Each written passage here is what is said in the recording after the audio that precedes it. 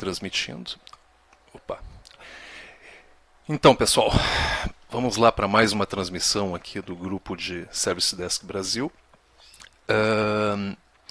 Deixa eu vou, então hoje, como eu disse para vocês, eu vou explicar para vocês como fazer uma validação de dados eficiente dentro do Service Desk.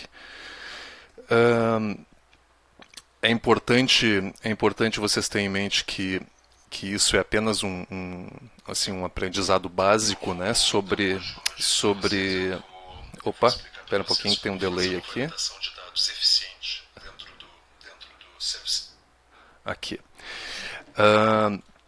Então vamos lá. Como é que nós vamos começar? Sim, a customização ela basicamente tem duas etapas, né? Eu vou mostrar para vocês primeiro uma customização dentro de um formulário, né? Eu vou eleger aqui um formulário de incidentes, tá? Eu vou pegar aqui o formulário nativo de incidentes da ferramenta, tá?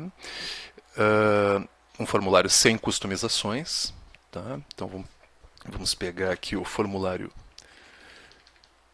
Detail In, né, que é o formulário usado para incidentes. Eu vou pegar esse formulário e vou levar ele para dentro da minha pasta Site Mods.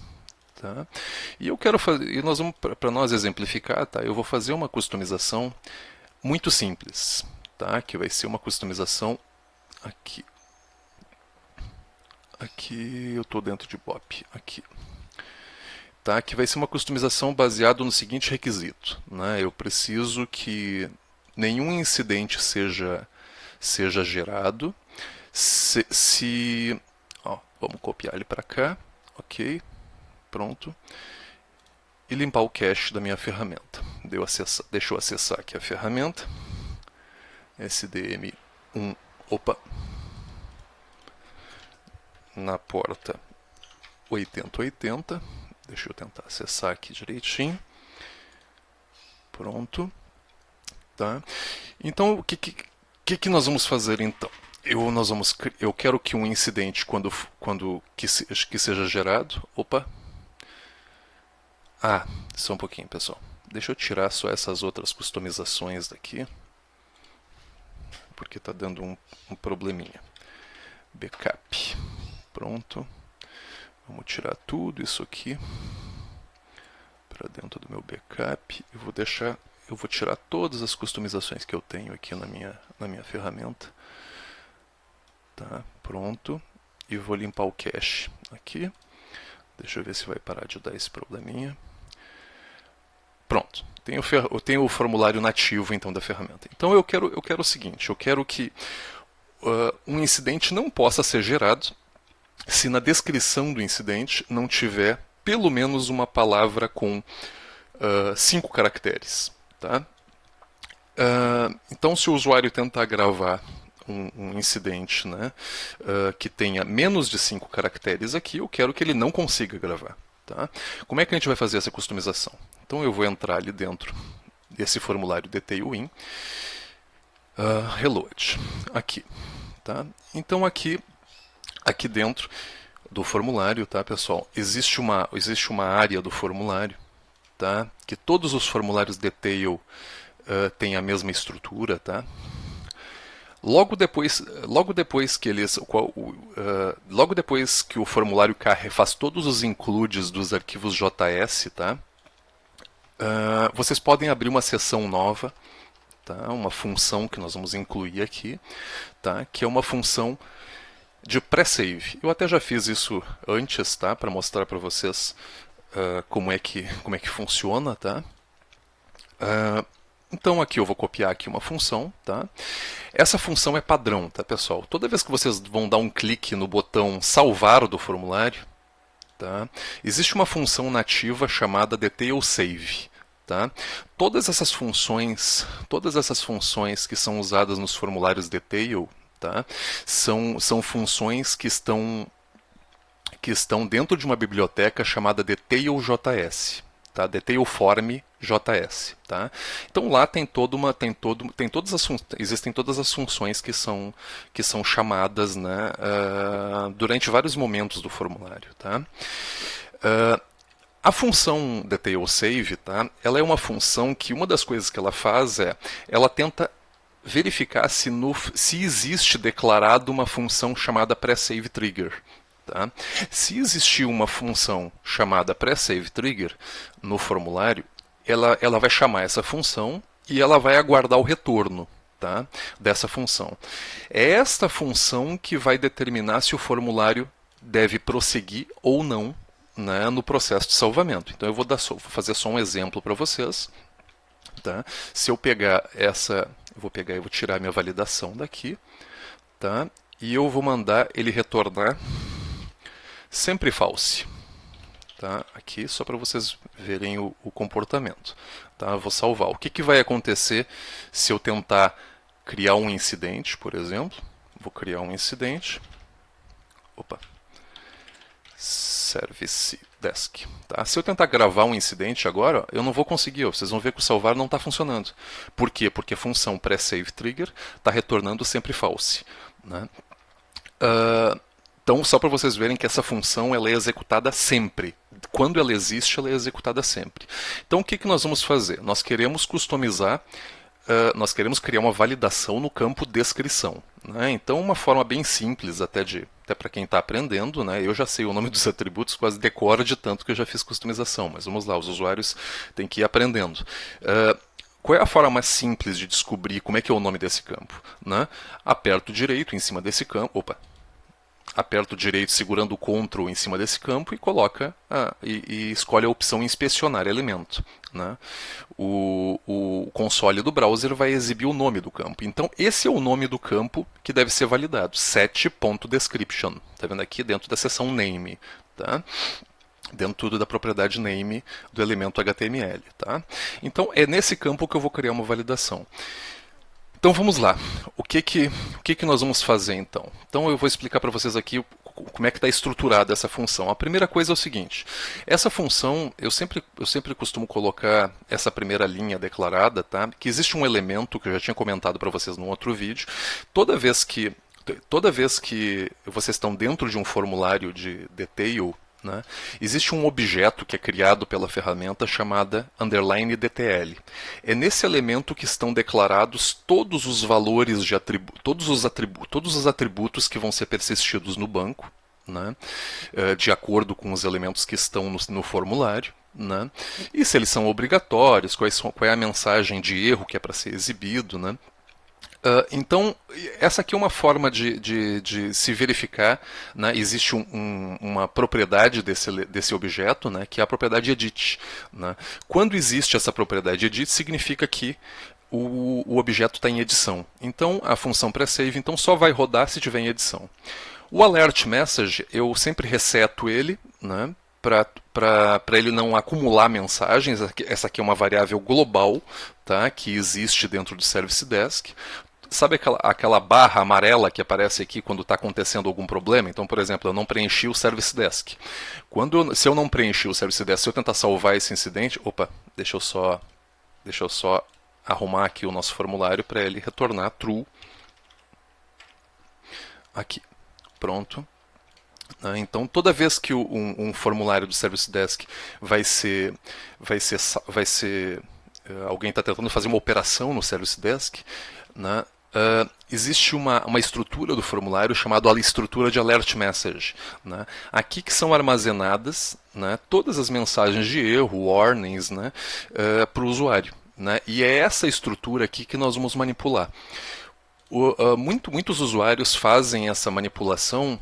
Basicamente, se eu colocasse aqui, por exemplo, alert message, e daí eu vou pegar aqui e vou popular o alert message, eu vou colocar assim, ó, opa, aqui, ó. Vou pegar esse alert message e vou escrever assim, ó, alert message Daniel. Muito bem.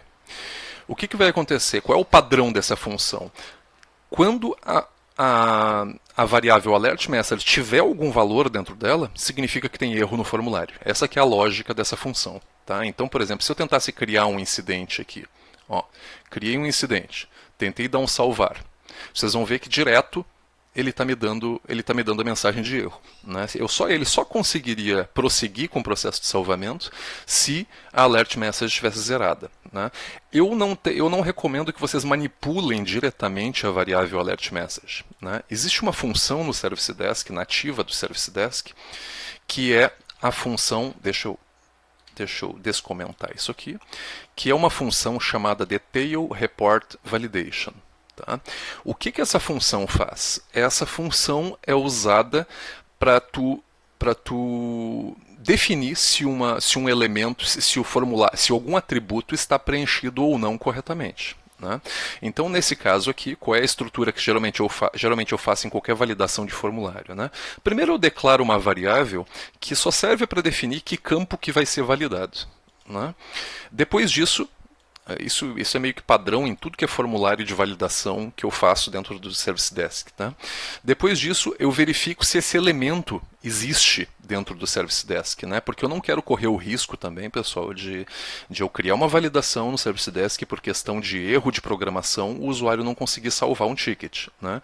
Então, ele verifica, né, se esse elemento existir. Né? Vocês viram que eu criei aqui um apelido, né, para o elemento MyInform, que é onde estão todos os atributos que vão ser submetidos no banco. Né? Eu criei um atributo chamado um atributo numa variável de apelido aqui chamada f, que é um objeto que nada mais é do que o documento.myInform.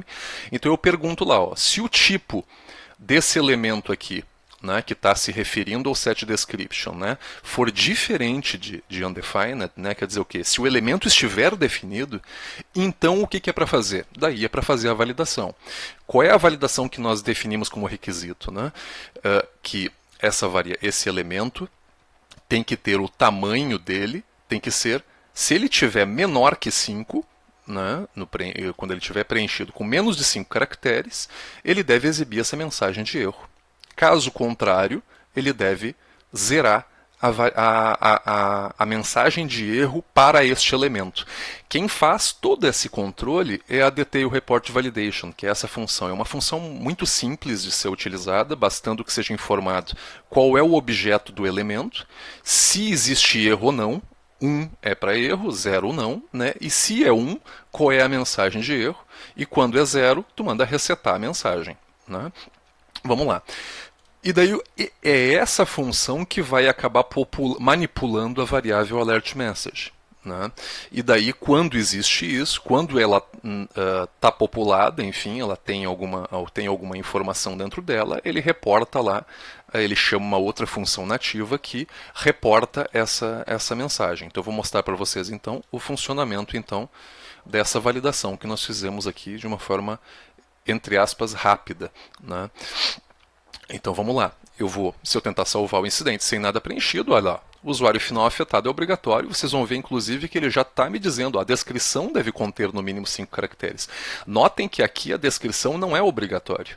Né? Não é obrigatório, mas ele está exigindo preenchimento porque aqui dentro não existe nenhum texto com mais de 5 caracteres. Se eu for digitar, eu vou digitar com 4 caracteres, vou mandar salvar, ele não vai continuar dizendo que tem erro. Se eu colocar mais um caractere, ele já vai parar de exibir erro. E olha que interessante, ele parou de exibir o erro e já tirou a mensagem de erro que estava lá em cima no alert message. Né? Agora só bastando que o usuário preenchesse o outro campo obrigatório, né, e ele conseguiria salvar esse ticket. Né. Notem o seguinte, pessoal, mesmo quando eu estou salvando esse incidente, tá, nesse caso aqui eu salvei o incidente, essa função foi disparada. Essa função é disparada em todas as situações que o formulário entrar em modo de edição. Se eu der um salvar, ele vai ficar sempre fazendo essa verificação. Tá? Então, se essa variável, se algum requisito não fosse preenchido, ele iria reclamar. Né? E notem, inclusive, que quando se usa o Detail Report Validation, eu não preciso nem dizer o nome do campo. Né? Ele já colocou, inclusive, ele já buscou no formulário, ele já sabe que o nome do campo é descrição. Se aqui tivesse escrito o campo descrição do incidente, aqui já ia aparecer como label, né? O nome descrição do incidente. E a mensagem vocês podem personalizar da forma que vocês precisarem. Né? Que mais? Mas Não esquecendo do seguinte, então, por que eu disse para vocês então que essa apresentação ia mostrar duas formas de validação, né, e uma coisa não elimina a outra? Imaginem então que uma regra de negócio do processo de incidentes definiu isso, né, que o incidente não pode ser gerado se na descrição não tiver no mínimo 5 caracteres. Né? Mas, nesse caso aqui, eu tenho um formulário que foi alterado, que é o detail in. Mas imaginem que eu tivesse vários grupos de formulários dentro da ferramenta, cada um com um detail in diferente. Vamos imaginar que incidentes são gerados também por web services, né? Por integração de outros sistemas. Né? Incidentes são gerados por linha de comando, enfim, nós temos diversas entradas. Ia ser, no mínimo, complicado eu ficar tendo que copiar essa validação para cada um desses formulários. Né? Então, qual é o ideal? Né? O ideal é que, se vocês têm uma validação, vocês podem até ter uma validação no front-end, né? Mas é indispensável que exista uma validação no back-end. E quando se fala em validação de back-end no Service Desk, se fala de trigger. Né? Nós estamos falando de trigger. Como é que se constrói uma trigger? Isso eu acho que é uma das dúvidas que eu mais recebo, assim, a quantidade de usuários que me pedem né, exemplos, né, de triggers, né, de como é que se faz isso. Eu até já coloquei um material até interessante, né, ali no grupo de Service Desk, falando só sobre triggers. Se vocês procurarem aqui, ó, vocês vão ver que existe algumas documentações, inclusive, que ele fala de triggers, tá? E existe também todos os tipos de triggers, né, que vocês podem utilizar. Deixa eu ver onde é que eu tenho aqui. Tem um artigo que eu vou separar, mas que eu aconselho que vocês leiam. Triggers, aqui. Né? Então, aqui, por exemplo, eu falei de triggers de atributo, né, e existem triggers de objeto. Tá? São dois tipos de triggers diferentes. Tá? Deixa eu ver aqui. Enfim, procurem a palavra triggers aqui que vocês vão encontrar. Tem 2 artigos bem interessantes que falam sobre isso. Tá? Bom, então, essa primeira parte então, da função pré-save trigger, tá? É uma forma de se fazer validação no formulário, mas não é a única e não deve ser a única forma de validação do formulário. Qual é o recomendado? É se criar uma trigger. Né? Então aqui eu vou mostrar para vocês uma estrutura. Eu vou criar uma trigger aqui do zero para vocês. Tá? Eu já tenho até uma trigger aqui criada para o objeto CR, tá? Que é o que nós vamos fazer agora. Só que eu vou renomear ela para backup. Pronto, renomeei essas aqui para backup. Pronto. E agora nós vamos criar 2 arquivos.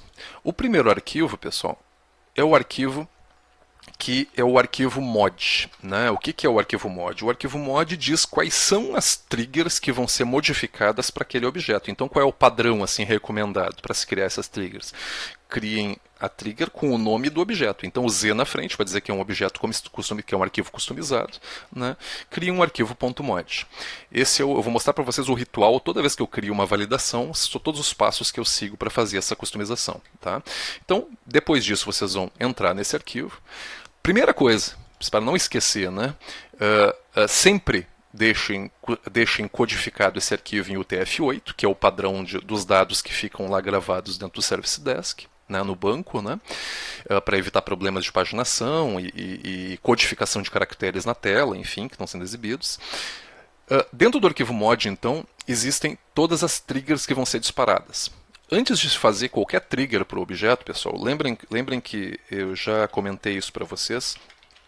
Existe um utilitário chamado bopasinfo que serve para listar, fazer várias consultas, né, num objeto.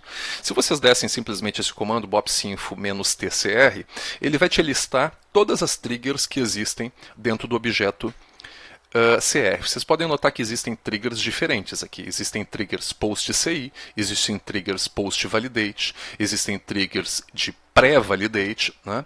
O que nós estamos fazendo é uma validação de dados. Né? Qual é a grande diferença que tem da pré-validate para post-validate, além do nome que parece óbvio, né? Uma executada antes da outra? Né?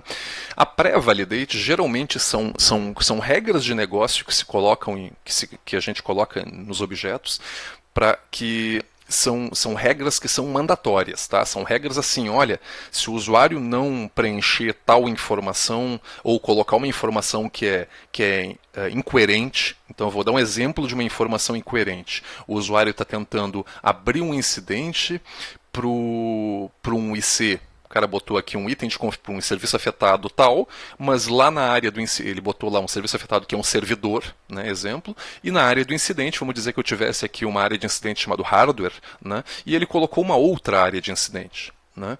Então a pré-validação seria a trigger que validaria isso, né, para ver se esses dados estão coerentes com o incidente. Né?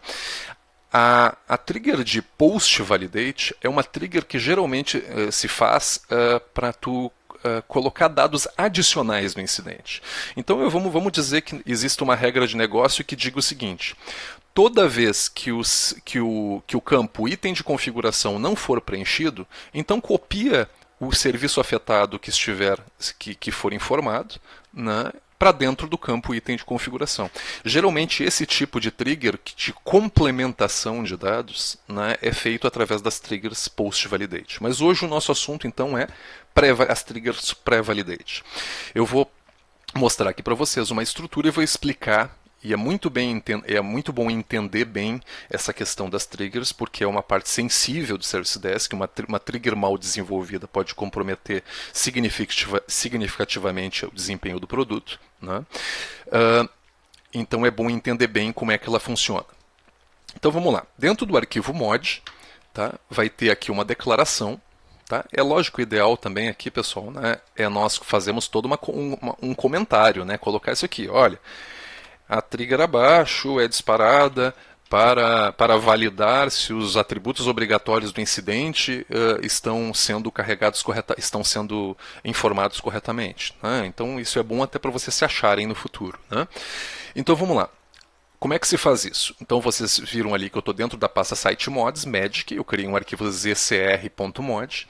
Dentro desse arquivo zcr.mod eu estou colocando a seguinte instrução. Eu estou modificando o objeto CR, que é o objeto que é utilizado por incidentes, problemas e solicitações. Eu estou criando uma trigger de pré-validação. Tá? A função spell que será disparada, que faz essa validação de fato, é a função zcr_validaticket, mas podia ser qualquer nome, né? Eu estou criando uma função, eu tenho até um padrão para se criar todas as funções no Service Desk. Então, quando é uma função que é usada para um objeto específico, né, então eu coloco ali um Z, iniciando qualquer coisa, começa com Z, né, depois é o nome do objeto e depois qual é para que serve aquela função. Né? Se fosse uma função genérica que é usada para qualquer objeto, eu não iria colocar aqui o nome do CR. Mas isso aqui é só questão de uma padronização, tá, pessoal? Vocês não precisam também ter esse cuidado. Depois disso, para essa função, como é uma função que está sendo disparada, quais são os atributos que serão informados para esta função? Né? Quais são os atributos que vão ser, quando eu chamar a função CR_validaticket, eu estarei chamando uma função passando que parâmetros? Então eu vou estar passando o parâmetro Persistent ID, que é para identificar que incidente que eu estou, vocês sabem que todos os objetos no Service Desk, eu digo todos, sem exceção, né, possuem uma identificação exclusiva, né, que é o Persistent ID. Né? O Persistent ID nada mais é do que o ID do objeto, né? Cada objeto tem um campo padrão chamado ID, né? Só que o ID geralmente é numérico. Né? O que o Persistent ID qual é a diferença do Persistent ID para o ID? O ID é numérico e o Persistent ID ele é precedido, tá? Ele é um campo string, tá? Precedido do tipo de objeto, depois tem um separador ali, 2 pontos, e depois o número do objeto. Né? Dentro do Persistent ID tem um ID do objeto. Né? Então, quando tu está informando o Persistent ID, na verdade tu está informando já o objeto. Eu poderia ter feito essa trigger aqui, ela poderia então tratar qualquer tipo de objeto, né? Se ela tivesse uma função que suportasse qualquer tipo de objeto, né? Então eu poderia ter uma única função, bastando informar o Persistent ID, e para cada tipo de objeto eu ia fazer uma operação diferente. Né? E estou passando também o campo Description. né, que é aquele campo, né? Notem que aqui eu não estou informando o campo, aquele nome de elemento que nós informamos lá no detail.in, que era aquele campo, o campo set.description. Set.description é o nome do elemento HTML que está sendo exibido na tela. Né? O que nós estamos informando aqui é o elemento no banco. Né? Se nós verificarmos aqui consultando o objeto CR, ó, finds description, por exemplo, existe um atributo description, né, que é um campo string de 4.000 caracteres. Né? Então é esse campo, porque é esse campo, nesse meu caso aqui, eu só estou mandando o campo description porque eu estou validando apenas o campo description. Mas se eu estivesse validando vários atributos, eu estaria passando cada um desses atributos.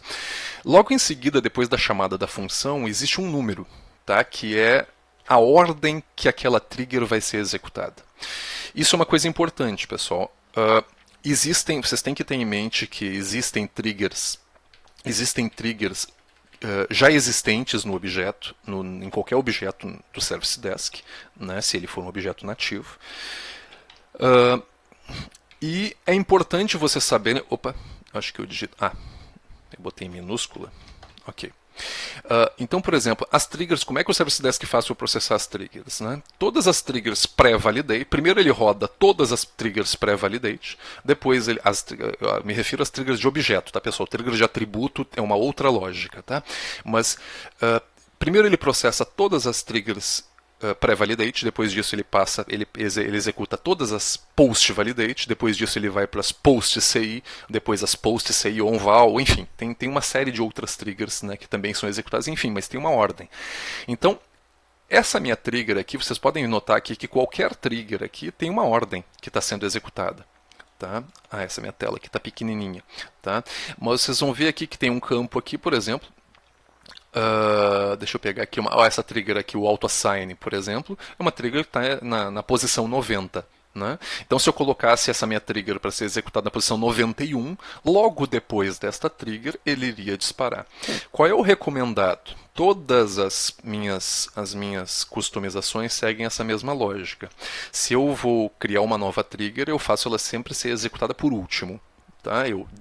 Por último, que eu digo por último, depois de que todas as triggers nativas são executadas, eu executo as minhas triggers. Né? Essa minha trigger eu já tinha declarado no objeto anteriormente, tá? Numa outra customização que eu tinha feito.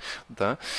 Se eu reiniciasse a ferramenta, vocês iam ver que essa linha aqui ia sumir toda, essas duas últimas aqui iam sumir, porque são triggers customizadas que eu tinha. Aqui nós estamos criando do zero. Tá? Então, é importante você especificar essa ordem e depois disso especificar, existe uma parte da trigger que é a parte de filter, que é para dizer em que condição que aquela trigger vai ser executada. Então, a primeira condição é para que eventos que essa trigger vai ser disparada. Eu tenho diferentes tipos de eventos dentro do Service Desk. Eu tenho insert, eu tenho update, eu tenho delete. Se eu não especificasse um filter event aqui, o que iria acontecer? Essa minha trigger ia ser disparada sempre, em todas as situações, desde o momento que um usuário estivesse criando um incidente, ou apenas atualizando o incidente. Isso não é bom. Tá? O ideal é que as triggers sejam disparadas em condições específicas. Né? E vamos lembrar também, pessoal, que nós estamos mexendo no objeto CR. O objeto CR é usado por incidentes, por problemas, por solicitações. De repente eu tenha feito essa regra de negócio, é do processo de incidentes. Né? Vocês podem notar, inclusive, aqui, que eu determinei que essa trigger só pode executar quando o tipo do objeto for igual a i, né, que significa incidente, né, para quem conhece o objeto CR. Né. Então, aqui eu especifiquei então os filtros, né, de eventos. Né, depois até eu vou mostrar para vocês uma função que identifica o evento que está sendo disparado. Né, é melhor para debugar isso. Se vocês não especificassem isso aqui, ele ia executar em qualquer evento, ele ia disparar. Né? E além disso, imagina que essa trigger aqui fosse disparada somente em updates. Né? Vocês sabem que dentro do objeto CR existem mais de 200 atributos. Será que eu quero disparar essa trigger se qualquer atributo for alterado? Nesse caso, não. Eu quero que essa trigger seja disparada somente quando o atributo description for disparado. Então, quando o atributo description tiver qualquer valor, aqui dentro dessas chaves aqui eu poderia ter colocado condições, inclusive, tá? Mas eu não vou entrar nesse detalhamento avançado aqui, tá, pessoal? Lá naquele post que eu comentei com vocês no Facebook, tem lá, procurem no índice que vocês vão encontrar, tem lá que eu posso dizer, olha, quando o description estiver mudando de valor, quando o description estiver nulo e estiver mudando para um valor, ou ele já estiver com um valor e estiver mudando para um valor novo. Né? E depois que eu determinei quais são os campos que vão ser monitorados por essa trigger, né, eu vou determinar, inclusive, que tipo quais são as outras condições? Né? Olha, só dispara essa trigger quando for incidente, por exemplo. Bom, então a trigger, o arquivo mod, ele está pronto, tá, pessoal? Então, basicamente é isso aqui. Tá? Lembrando que arquivos mod e arquivos MAGE, né, eles só são lidos uma vez, né, eles só são lidos quando o Service Desk é iniciado. Né, os serviços, para mim fazer essa trigger entrar em vigor, eu tenho que reiniciar a ferramenta, derrubar e reiniciar a ferramenta. E além disso, agora está faltando o mais importante, né, criar a função, né, que vai fazer essa validação, né, que vai simular o mesmo comportamento que nós fizemos lá em nível no formulário. Né? Então, para isso, eu tenho que criar um arquivinho, né, com uma estrutura similar.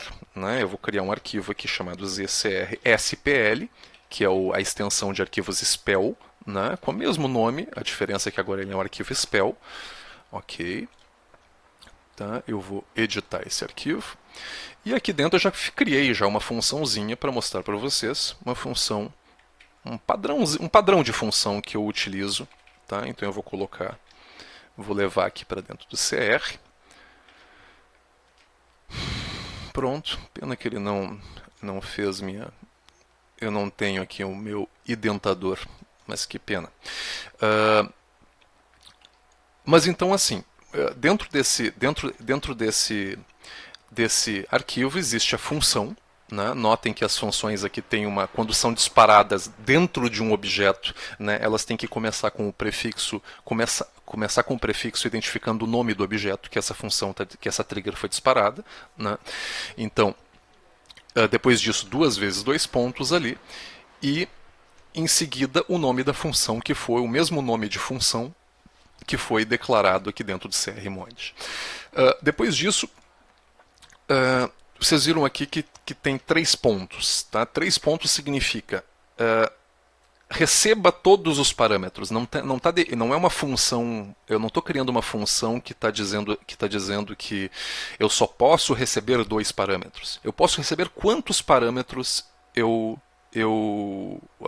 meu chamador me passar. Tá? E daí eu vou iterar por cada um desses parâmetros e vou fazer as ações necessárias. Eu poderia ter informado aqui, por exemplo, que essa ação recebe o primeiro parâmetro é do tipo string, nome, depois é um parâmetro int, etc. Né? Então, quando vocês falam essas reticências aqui, significa que vocês podem receber vários parâmetros.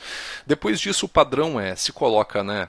Padrão não, mas o recomendado é colocar uma mini documentação aqui dessa função.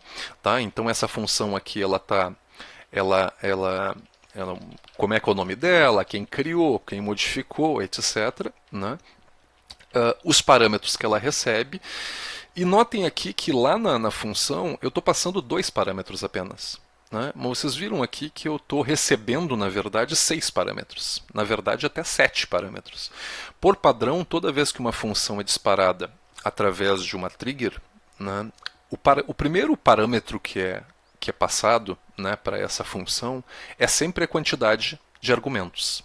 Né? O primeiro argumento é a quantidade de argumentos, que nesse caso aqui, no meu caso, o resultado disso aqui vai ser 2. Eu vou executar essa função para vocês verem o resultado. Tá? Depois disso, ele passa o nome do primeiro campo que está sendo informado, né, aqui. Então ele vai estar passando essa palavra, que é essa string, persistent ID. Depois disso, ele passa o valor antigo, né, do persistent ID e o valor novo. que é o valor antes da alteração e depois da alteração. Depois disso ele faz com o description, enfim, com a mesma lógica, e se tivesse 30 parâmetros, ele vai fazer, mandando sempre essa estrutura. Ele manda o nome do atributo e depois o valor antigo e o valor novo. Tá? Então, quando vocês incluem, na verdade, dois atributos, né, multipliquem isso sempre por 3. Então, ele vai passar aí, no mínimo, 6 parâmetros. Né, e vocês vão ter que tratar isso tudo. Depois disso, eu coloco uma descrição, né, para dizer, né, como é que funciona essa trigger, para que ela serve, né, e quem ela chamou. Mas isso aqui é um padrão meu, vocês devem ter os padrões de vocês de desenvolvimento. Então, a primeira variável que eu declaro aqui é uma variável aqui de método, ok? Que eu já defino, inclusive, qual é o método que está sendo disparado. Tá? Depois disso, eu capturo o persist. Eu declarei as variáveis que eu vou utilizar. Né? Então, a variável persist é a variável que identifica lá o persistent ID do objeto. Né?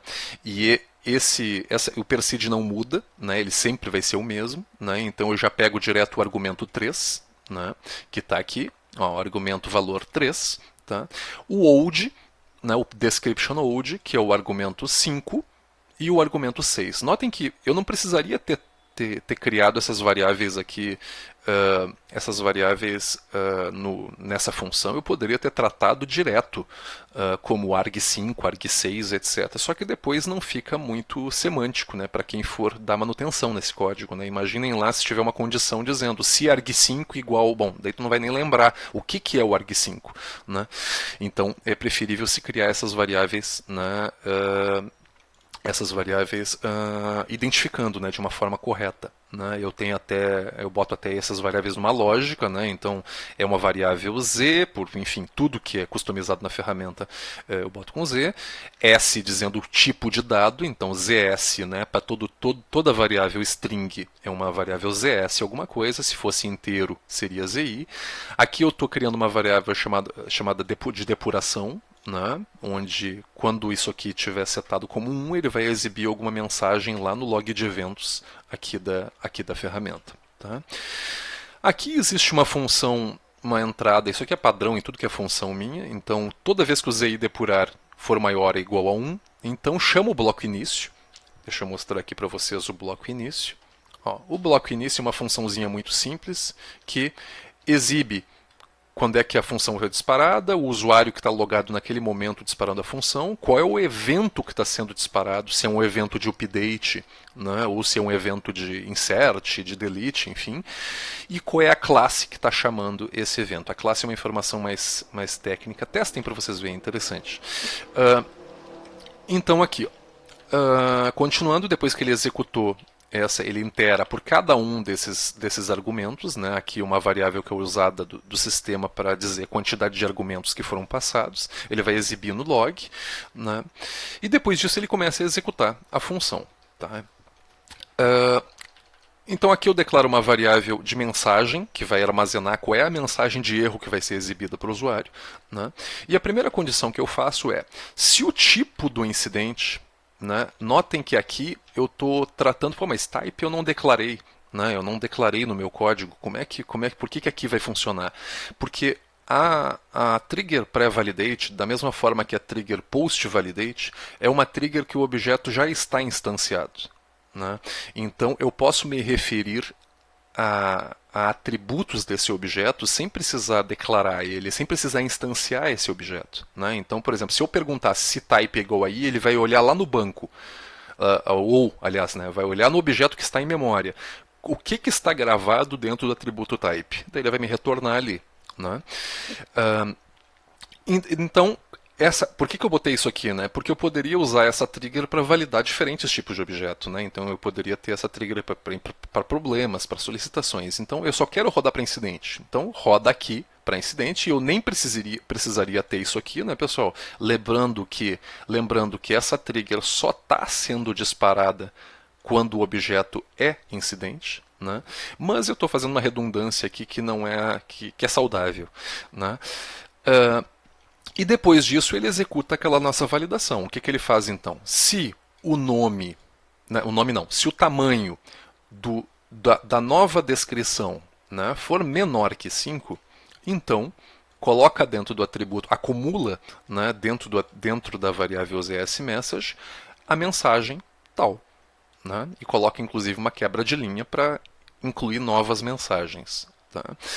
E lá no final da rotina, o que ele faz? Se não tiver vazia o ZSMessage, significa tem algum erro. Eu estou usando a mesma lógica da função pré-save trigger. Né? Então, se não tiver vazia o ZSMessage, significa que tem um erro. Então, o que é para fazer? Primeiro, tu loga no log do Service Desk. Né? Aqui teria que aparecer um error. Né? Instrui o Service Desk que ocorreu um erro, né? E retorna a seguinte mensagem de erro, que é aquela mensagem do ZSMessage. Né? E depois chamo o meu bloco fim, que é uma outra funçãozinha só para dizer que a função acabou, né? Que exibe ali um fim. Né? E depois sai fora. Muito bem. Então o que nós... eu esqueci de codificar isso aqui para o UTF-8, pessoal. Lembrem? Olha ali o que acontece por um mero descuido meu. Isso aqui ó, era a primeira coisa que eu deveria ter feito, era colocar o arquivo para codificação UTF-8. Então, a maneira mais fácil, deixa eu apagar isso aqui, e vou copiar isso aqui de novo, só que agora o arquivo já está codificado para UTF, e vou dar um colar. Pronto, agora está certinho. E agora nós vamos testar, pessoal. Como é que se faz para testar isso? Então nós vamos derrubar a ferramenta, eu vou derrubar aqui a ferramenta. Pronto, eu tenho um stop, que nada mais é do que um pdm route-w, né, que derruba a ferramenta. Então aqui ele vai começar a derrubar a ferramenta. Né. Uma informação importante, pessoal. Triggers é uma parte do Service Desk que é muito sensível. Né. Se eu tivesse qualquer caractere ou qualquer erro de sintaxe, tanto no arquivo mod quanto no arquivo SPL, vocês não vão mais conseguir subir a ferramenta. Tá? Não precisa entrar em pânico também, né? Basta simplesmente alterar, tentar descobrir qual ele vai dizer, geralmente no log ele te diz inclusive qual é a linha que ele não conseguiu interpretar, daí vocês vão corrigir essa linha, né? E vão tentar subir a ferramenta de novo. Em última instância, vocês tiram a trigger, o arquivo de trigger, por isso que é interessante deixar essas triggers bem isoladas. Né? Então, depois que vocês derrubarem a ferramenta, estou derrubando a ferramenta, depois que ele derrubar, eu vou subir de novo, e quando ele subir, ele vai tentar executar aquelas triggers. Então, depois, qual é o nosso cenário ideal aqui? Né? Depois que tudo tiver, que ele subir, esses dois arquivos aqui subir sem erro, né? O que eu poderia fazer? Eu poderia simplesmente tirar essa validação daqui, né? Que a validação vai continuar funcionando. Né? Só que, na verdade, é uma outra validação, né? A validação da trigger. Inclusive, nessa validação da trigger, eu coloquei até uma mensagem diferenciada. Né? Eu coloquei uma mensagem na frente, aqui eu botei um prefixo, acesso negado. A descrição deve conter no mínimo 5 caracteres. Só para nós diferenciarmos da mensagem de erro exibida pelo formulário e da mensagem de erro exibida pela trigger. Né? Então aqui eu derrubei... Opa, deixa eu ver se ele derrubou mesmo. Ai, fechei o tail.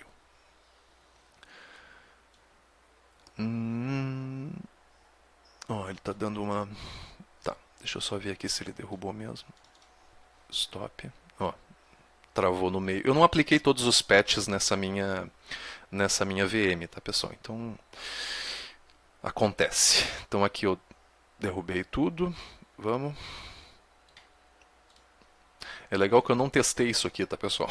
Não tive tempo de testar a trigger. Eu fiz isso aqui digitando numa saída de almoço, né? E vamos ver se vai funcionar direitinho da forma que eu tô. Derrubou. Tá aqui, derrubou. Só o Service Desk só está derrubado quando essa linha é exibida, né? Ok. E agora eu vou subir. Vou subir a ferramenta. Então, subindo a ferramenta, vocês vão notar, acompanhar, é sempre bom executar essa ferramenta tail aqui, né, que ela pelo menos vai te exibir de forma serial assim, tudo que está acontecendo durante a inicialização e a vida do Service Desk, né, depois que ele está de pé. Né. Deixa ele subir. Vamos lá, vamos lá. Daqui a pouco eu vou reiniciar a máquina aqui, porque... Isso aqui é lógico que vocês estariam fazendo num Service Desk de desenvolvimento, né, pessoal? Então vamos lá.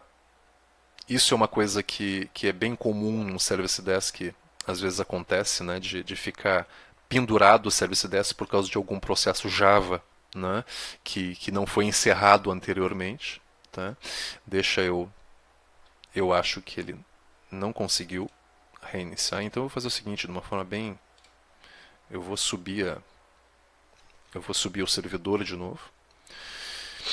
É legal do ao vivo, né? Se eu já tivesse com um vídeo gravado aqui, certamente eu já teria editando, né? Mas aqui, vamos lá, eu vou ter que na vida real as coisas é assim, mas é bom que isso aconteça, pessoal, porque isso aqui é a vida real mesmo, né? Quando o servidor, isso aqui por dia, assim, eu reinicio o meu Service Desk dezenas de vezes, né? Por conta da construção dessas triggers, né? Vamos lá. Subindo. Aqui. Pronto. Pronto.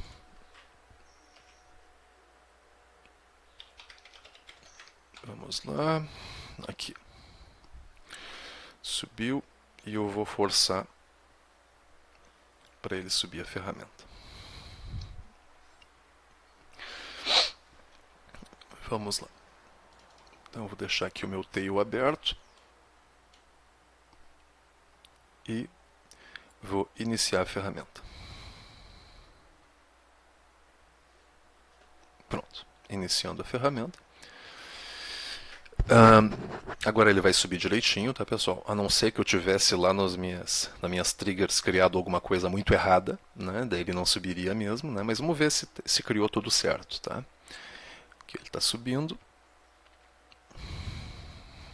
Subindo a ferramenta. Eu até por enquanto já vou fechando aqui o Service Desk, que eu vou ter que abrir de novo. Pronto, subiu. Essa inicialização, por sinal, depois que nós migramos para a versão 14.1, ela ficou bem mais demorada. Olha aqui, ó. Olha que interessante, ó. Tá dando um monte de erros, né? Deixa eu ver aqui. Aqui. Atributos e date não encontrado. Ok. Tá dando um monte de erros. Deixa eu... Pronto, porque eu acho que eu tirei uma biblioteca aqui que eu não deveria ter tirado. Program File, CA, Service Desk, Site, Mods, Magic. Deixa eu ver se eu deixei o WSP Mods. Não, eu deixei. Então não... Deixa eu ver se ele conseguiu subir aqui. Porque eu tirei várias triggers ali, pessoal. Deixa eu... tirei o Service Desk, subi ele de novo. Meu Service Desk está de pé. Tá? É que esse ambiente de desenvolvimento para mim, tá? Então, como eu tirei vários arquivos dali antes, de repente eu fiz alguma barbeiragem aqui, tá? Mas vamos ver se a nossa trigger está funcionando direitinho, né? Eu vou tirar aquela validação que eu tinha feito antes no formulário, tá? Então eu vou pegar aqui, ó, naquele formulário detailWin, PL Web Analista, o detailWin, eu vou tirar essa validação que nós fizemos, tá? Aqui, ó. Então não vai mais ter essa validação. Pronto. Deu. Eu vou limpar o cache. E agora eu vou tentar gerar um incidente aqui no Service Desk. Informando aqui um usuário qualquer. Service Desk. E vou tentar salvar. Tá? Ele criou o incidente e não deveria ter criado, tá, pessoal? Significa que a nossa trigger não está funcionando. Tá? Deixa eu ver aqui. Triggers. Eu acho que ele não está funcionando. Deixa eu ver uma coisinha. Eu devo ter feito alguma coisa aqui nessa trigger que para ela não estar funcionando.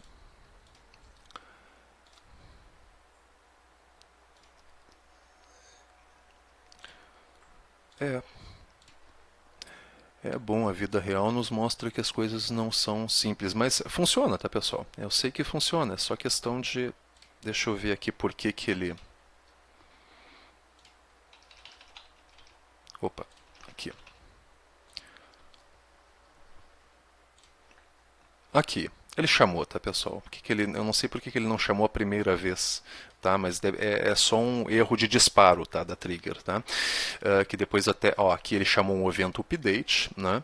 Então eu vou agora fazer um teste aqui.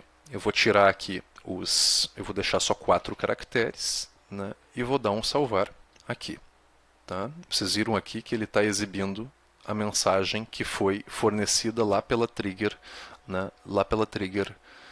Uh, a mensagem aquela mensagem amigável. Vocês viram aqui que ele me passou os parâmetros, né? Os parâmetros do persistent ID, o valor antigo, o valor novo, e o valor description, o que tinha antes no campo e o que tem agora como novo valor. Como a mensagem, não passou na validação, né? Ele deu esse erro e ele não consegue fazer o check-in. Né? É isso que deveria acontecer na trigger de validação. Eu só não sei por que ele não disparou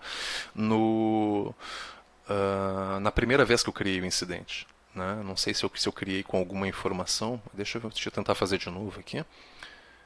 Ó, usuário Service Desk. Pronto. E eu vou botar só esses 4 caracteres aqui e vou tentar salvar. Agora funcionou. Não entendi por que antes não funcionou. Mas é isso que vocês têm que testar bastante, né, antes de se colocar em produção. Ó, então, nesse caso aqui, eu estou tentando fazer um insert. Né?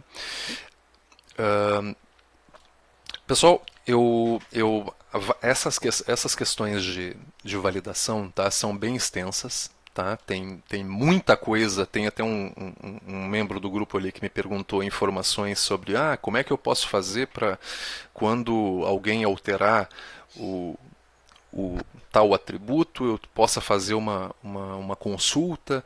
Né? Eu até prefiro não explorar todo o assunto aqui, né, nesse vídeo, né, porque esse assunto eu vou tornar ele só mais de validação. Né? Eu queria falar hoje só sobre validação de dados, né, e consultas mais simples. Eu poderia ter feito aqui, né, toda uma série de outras consultas. Eu poderia ter executado aqui uma função syncFetch, por exemplo. Eu tenho que verificar se aquele IC tem um relacionamento com outro IC. Poderia ter feito tudo isso nessa validação. Eu fiz isso de uma forma bem simples para vocês entenderem bem o funcionamento disso. E os próximos vídeos eu vou explorar mais essas técnicas, né, de validação. Né? Mas eu mostrei para vocês aqui então uma forma eficiente de se validar dados no Service Desk, com alguns percalços, né? E isso é legal de acontecer porque daí vocês vão vendo os problemas, né, que são bem comuns. Né? Uma das coisas que pode acontecer, deixa eu mostrar aqui para vocês. Então vamos imaginar aqui que eu tivesse esquecido de fechar um parênteses aqui dentro de uma trigger. Qual é o comportamento normal? Se eu quisesse, como eu alterei um arquivo SPL, tá, pessoal? Eu tenho que reiniciar a ferramenta. O ideal era que se reiniciasse a ferramenta para que isso entrasse em vigor. Mas existe uma dica que é o seguinte: toda vez que vocês alteram um arquivo de spell, principalmente no ambiente de desenvolvimento, isso aqui se faz muito em ambiente de desenvolvimento, não em produção. Uma forma para se reiniciar o spell server, né, é simplesmente dar um bounce nele ou matar o processo. Né? Porque o bounce também mata o processo. Né? Então, se eu pegasse aqui e executasse um spell server, pdm kill spell server, ele vai derrubar aqui o spell server. Ó, ele está tentando, vocês viram o que aconteceu? Ele não está conseguindo ler na instrução, no ZCR SPL, na linha 68. Na linha 68 tem alguma coisa que ele não está entendendo. Né? Na verdade, ele encontrou na linha 68, porque aqui na linha 68 ele estava esperando que ele não estava esperando um if se não foi fechado um outro if. Tá? Então vocês viram aqui que a ferramenta acaba ficando inutilizada. Tá? Ele para de exibir isso e eu não consigo mais, eu só vou conseguir restabelecer o Service Desk se eu conseguisse achar o problema, né? E depois que eu achasse o problema, né, eu teria que matar o spell server de novo, né? E daí ele restabelece o spell server e vocês conseguem utilizar de novo o Service Desk e testar aquela trigger. Então isso é uma coisa, uma forma interessante de se alterar uma spell, né, uma trigger spell, por exemplo, sem precisar reiniciar todo o Service Desk, né, toda vez que se faz esse tipo de modificação. O ideal, pessoal, não é fazer a trigger diretamente como eu fiz aqui para vocês. Tá? Geralmente o que eu faço antes de fazer a trigger? Eu crio um arquivo ZSR SPL, né, numa outra pasta de teste de desenvolvimento, né, e depois eu executo essa trigger usando um comando chamado bopcmd, onde eu digo bopcmd-f e digo o arquivo, né, por exemplo aqui o ZSR, né, informando, lógico, que eu tenho que botar aqui todo o caminho do arquivo, né, e depois disso eu digo a função que vai ser executada. É o cr, dois pontos, valida ticket, etc. Né, passando os parâmetros, né, e é aqui que eu faço todo o desenvolvimento. Só depois que eu passo por essa etapa que eu vou criar lá o arquivo de spell propriamente dito, né, lá dentro da pasta magic, né, e fazer a customização necessária. É lógico que daí isso é um pouco diferente, porque quando eu estou executando esse arquivo spell através de linha de comando, eu não tenho um objeto instanciado.